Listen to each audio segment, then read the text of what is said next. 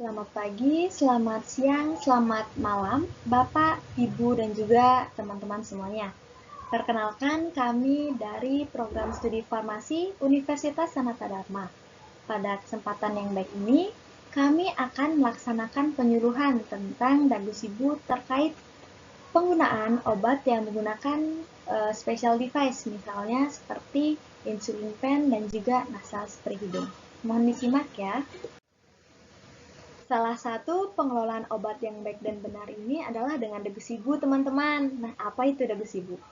Dagu sibu itu merupakan singkatan dari dapatkan, gunakan, simpan, dan juga buang obat dengan benar. Cara ini menjelaskan tentang tata cara pengelolaan obat dari awal kita mendapatkannya hingga saat obat sudah tidak dikonsumsi lagi dan akhirnya dibuang, teman-teman. Program Gerakan Sadar Obat ini diprakarsai oleh Ikatan Apoteker Indonesia dalam mencapai pemahaman dan juga kesadaran dari masyarakat terhadap penggunaan obat dengan benar. Dagu sibu juga merupakan salah satu upaya peningkatan kesehatan bagi masyarakat yang diselenggarakan melalui kegiatan pelayanan kesehatan oleh tenaga kefarmasian. Hal-hal yang penting diperhatikan dalam pengelolaan obat berdasarkan dagu sibu ini, khususnya obat yang menggunakan memerlukan juga special device seperti misalnya insulin pen dan juga nasal spray hidung yang akan kami paparkan melalui media cetak berupa leaflet seperti berikut ini. Nah, yang pertama ini merupakan contoh leaflet dari pengelolaan insulin pen yang dapat dilakukan di rumah masing-masing. Selanjutnya, apa sih itu insulin? Terapi insulin ini merupakan salah satu pilihan dari berbagai terapi diabetes mellitus yang ditujukan untuk membantu pengendalian glukosa darah pada penyandang diabetes mellitus sesuai target yang ditetapkan. Insulin ini bisa teman-teman dapatkan di apotek, namun tidak boleh dan juga akan sangat berbahaya jika teman-teman menggunakannya tanpa anjuran dan juga pengawasan dari dokter. Pastikan dulu ya untuk berkonsultasi dengan dokter sebelum menggunakan insulin yang dijual bebas untuk menentukan perawatan yang akan teman-teman lakukan yang paling tepat. Nah, berikut ini merupakan tipe-tipe insulin, teman-teman. Ada tipe insulin yang sekali pakai dan juga ada tipe insulin yang pennya itu dapat diisi ulang. Selanjutnya yaitu gunakan langkah penyuntikan insulin. Pertama, cuci tangan dengan air mengalir dan sabun. Jika tidak memungkinkan, bersihkan tangan dengan hand sanitizer beralkohol. Selanjutnya, pastikan memeriksa tanggal kadaluarsa, perubahan warna, gumpalan, bekuan, atau endapan pada insulin. Meskipun tidak semua insulin yang melewati tanggal kadaluarsa akan pasti rusak, namun penggunaan obat kadaluarsa bisa menempatkan pemakainya pada risiko gula darah tinggi akibat insulin yang sudah tidak bekerja lagi. Setelah itu, tempelkan label yang bertuliskan tanggal pertama kali insulin digunakan dan identitas pasien atau pemakainya. Persiapkan pena, jarum pena yang baru, kapas alkohol, dan wadah pembuangan jarum yang aman. Pastikan suhu insulin sesuai dengan suhu kamar, yaitu sekitar 20-30 derajat Celcius, karena suhu ekstrim dapat menyebabkan efektivitas dari insulin berkurang. Setelah itu, lepaskan segel pelindung jarum pena insulin dan jangan menyentuh jarum. Tusukkan jarum dengan posisi tegak lurus ke dalam pena. Kemudian lakukan pemeriksaan apakah alat dapat digunakan, yaitu dengan mengatur 1-2 unit. Atur dosis sesuai dosis yang dianjurkan oleh dokter. Kemudian pilih bagian tubuh yang akan disuntikan insulin. Dapat disuntikan pada paha, perut, bokong, atau lengan bagian atas. Setelah itu, cubit bagian kulit yang akan disuntik, lalu tusukkan jarum ke dalam kulit dengan cepat pada sudut 90 derajat terhadap bidang yang akan disuntik. Setelah itu, lepaskan cubitan. Tarik jarum dari kulit. Kemudian, kadang-kadang terlihat memar atau tetesan darah, tetapi itu tidak berbahaya. Bisa diusap dengan tisu atau kapas, tetapi jangan dipijat pada daerah bekas suntikan. Setelah itu, buang jarum pada wadah yang aman, dapat menggunakan kaleng kosong. Kemudian, simpan kembali insulin dalam suhu yang benar sesuai petunjuk pabrik. Terakhir, cuci tangan setelah selesai menggunakan insulin pen. Selanjutnya yaitu cara penyimpanan. Insulin pen yang belum digunakan dapat disimpan di lemari pendingin dan perlu diperhatikan bahwa insulin pen tersebut jangan sampai membeku dan jika membeku harus segera dibuang. Insulin yang masih baru dapat digunakan hingga tanggal kadaluarsanya bila disimpan di lemari pendingin dengan suhu 2 hingga 8 derajat Celcius.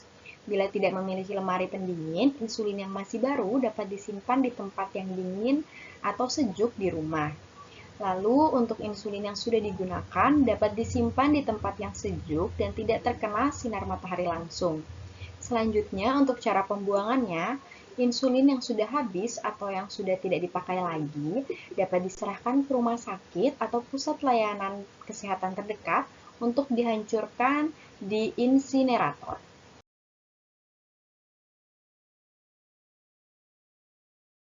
Nah, Bapak Ibu, sediaan yang selanjutnya adalah nasal spray. Nah, nasal spray sendiri itu merupakan obat yang disemprotkan di hidung, kemudian fungsinya itu biasanya untuk mengurangi peradangan, mengobati asma, alergi hidung, atau bisa juga untuk rinitis persisten atau radang hidung. Kemudian nasal spray itu digunakan pada orang dewasa di atas 18 tahun. Kemudian untuk dosis awalnya itu 2 semprot di setiap lubang hidung sekali sehari. Namun untuk gejala yang tidak terkontrol selama 5-6 minggu, nasal spray ini digunakan 2 semprot pada setiap lubang hidung tetapi menjadi 2 kali sehari. Kemudian untuk gejala yang terkendali itu maka dosis nasal spray ini bisa dikurangi. Kemudian untuk cara mendapatkan sediaan nasal spray ini bisa didapatkan di apotek-apotek sekitar Anda.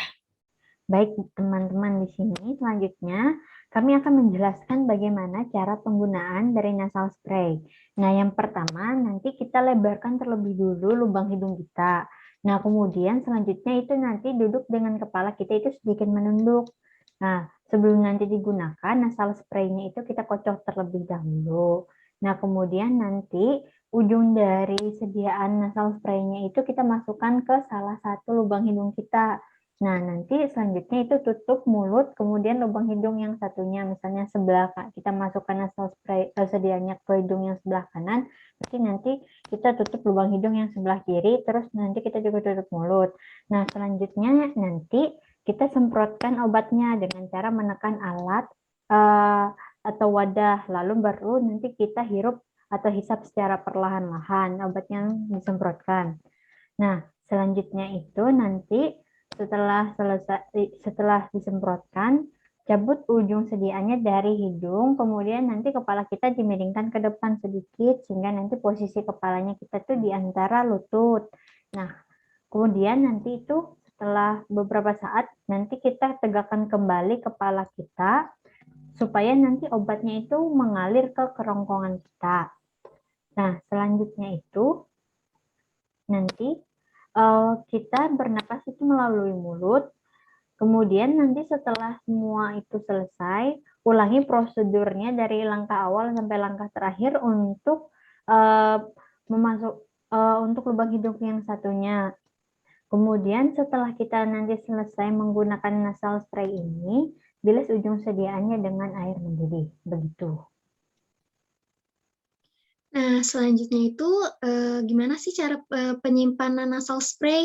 Nah, nasal spray ini bisa disimpan di suhu ruang yakni 25-30 derajat Celcius, serta jangan lupa untuk jauhkan dari jangkauan anak-anak dan juga sinar matahari. Nah, bila teman-teman ada kotak obat di rumah, obatnya juga bisa disimpan di kotak obat. Nah, lalu pembuangan nasal spray.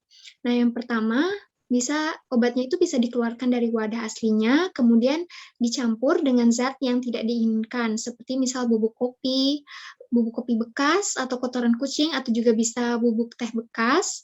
Nah, hal ini tuh membuat obatnya kurang menarik dari anak-anak dan hewan peliharaan, sehingga bisa juga tidak dapat dikenali oleh orang-orang yang mungkin sengaja ke tempat sampah untuk mencari narkoba atau untuk disalahgunakan.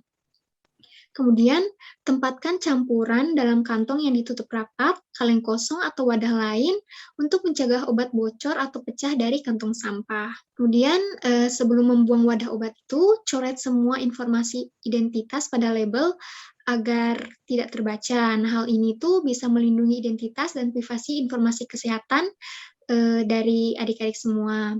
Kemudian, obatnya bisa langsung dibuang ke tempat pembuangan sampah. Lalu ada alternatif lain juga nih, kalau misalnya adik-adik semua masih mungkin takut atau belum berani membuang sendiri obatnya. Jadi jika obatnya itu sudah kadaluarsa, obatnya bisa dikembalikan ke rumah sakit, dokter, puskesmas, atau klinik agar bisa dibuang dengan aman. Seperti itu. Berikut sumber yang kami gunakan. Sekian edukasi yang kami berikan mengenai nasal spray, semoga bermanfaat. Terima kasih.